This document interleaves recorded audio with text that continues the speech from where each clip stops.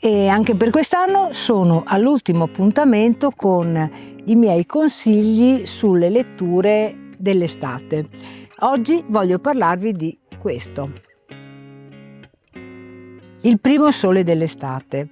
Il libro mi ha colpito particolarmente perché la scrittrice Daniela Raimondi nasce in un comune della Bassa Mantovana. Il libro quindi racconta il racconto diventa un pretesto per raccontare la vita vissuta all'interno della sua famiglia.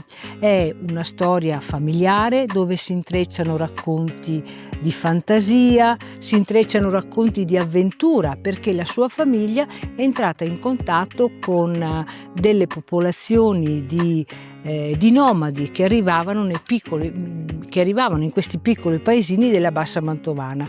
Quindi il racconto, tratto da una storia vera, ha dei momenti di magia, di immaginazione, di viaggio, raccontati dalla scrittrice, appunto da Daniela, che alla fine della propria adolescenza decide di trasferirsi.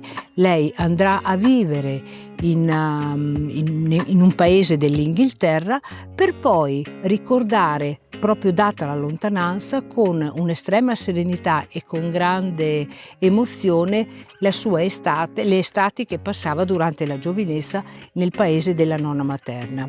A distanza di tempo, infatti, lei ritornerà ancora per assistere la madre malata che vuole ritornare nel paese di origine. Attualmente la scrittrice Daniela Raimondi vive a metà tra l'Italia e la Sardegna, non dimenticando quindi mai le sue estati felici nel paesino della Bassa Mantovana.